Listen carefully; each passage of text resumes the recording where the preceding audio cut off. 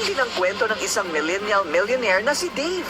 Naghirap, natuto, naging milyonaryo, at ang kanyang sikreto sa buhay malalaman sa pagbabalik ng Rated Korea.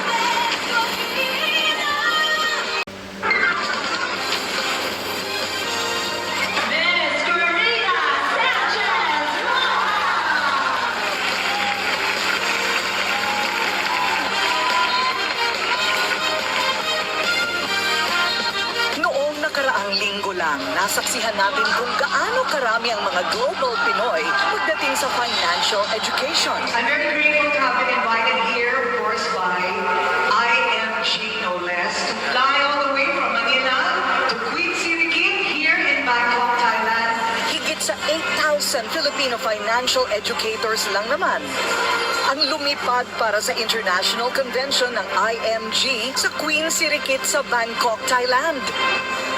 Dito ko nakilala ang financial educator at pinakabatang milyonaryo ng IMG, ang 28-year-old at dating seaman na si Dave Vallejos.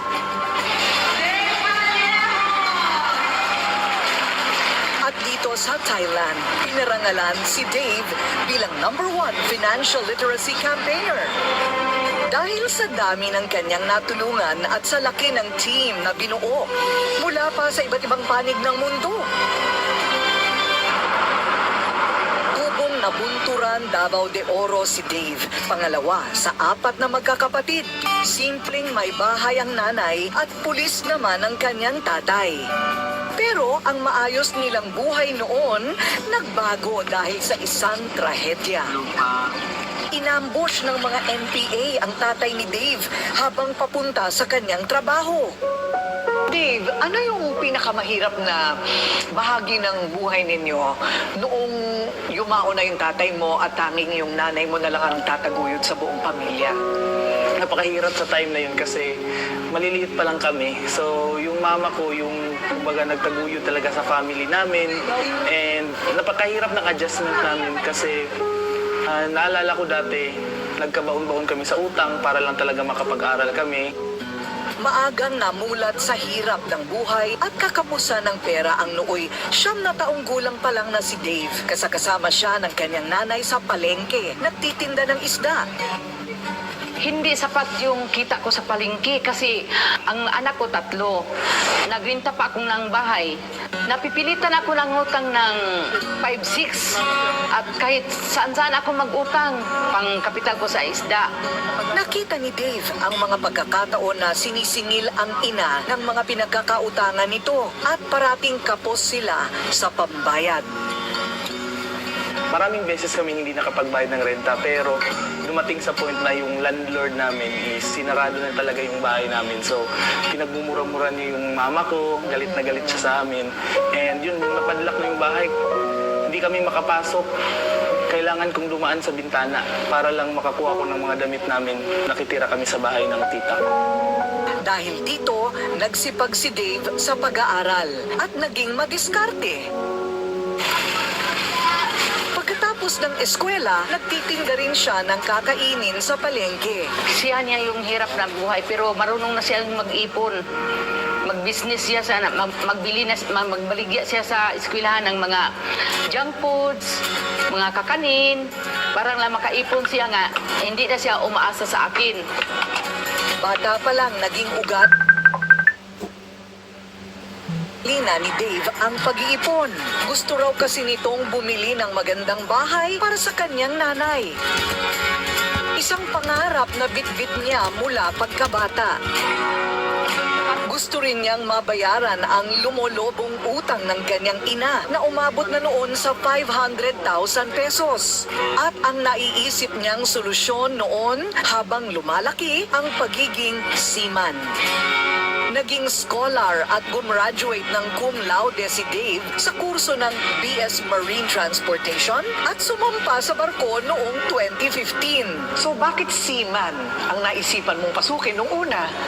Ano po, parang naging influensya ng tito ko. Kasi yung tito ko po, kapatid ni mama, isa siyang seaman. And habang lumalaki ako, nakikita ko ang laki ng bahay nila. parang ang yaman po nila. Sa tingin ko pa nung time na yun, na siguro ang laki ng sinasahod nitong tito ko kasi hindi sila naghihirap ng pera. Naghihirap sa pera. At the same time, yung mama ko din nangihingi ng tulong sa kanya nung time na naghihirap kami sa pera. So, may opportunity na merong scholarship na ino-offer para maging seafarer.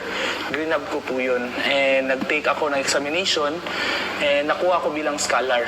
Pero hindi pala sa pagiging seaman matutupad ang mga pangarap ni Dave.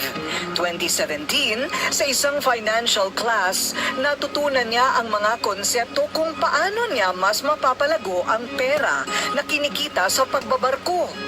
Nagkaroon siya ng financial wake-up call at kinarir talaga ang pagiging financial educator.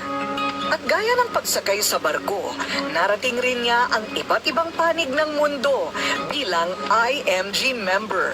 Nagtuturo at tumutulong sa mga kababayan natin kung paano makakalaya sa utang at makakapag-ipon ng tama. Hanggang sa unti-unti niyang naabot ang mga pangarap para sa sarili at sa kanyang pinakamamahal na nanay. MGP1, Dave Vallejo. Pinagawan niya ng 2 palapag na bahay ang kanyang ina at mga kapatid sa Davao. At nabayaran rin niya ang halos 1 milyong utang ng kanyang nanay. Nagpapasalamat ako sa kanya kasi siya ang nagbabayad sa utang ko. Siya ang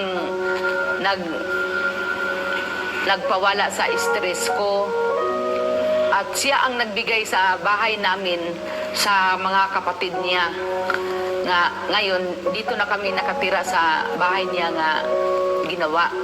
Nakabili na rin si Dave ng commercial lot sa Davao at 2 condo unit sa Makati. At noong 1 taon lang, sa isang simpleng seremonya sa Manila Yacht Club, ay ikinasal siya sa kanyang nobya. Si Kai Zircon ang naging bunga ng kanilang pagmamahalan.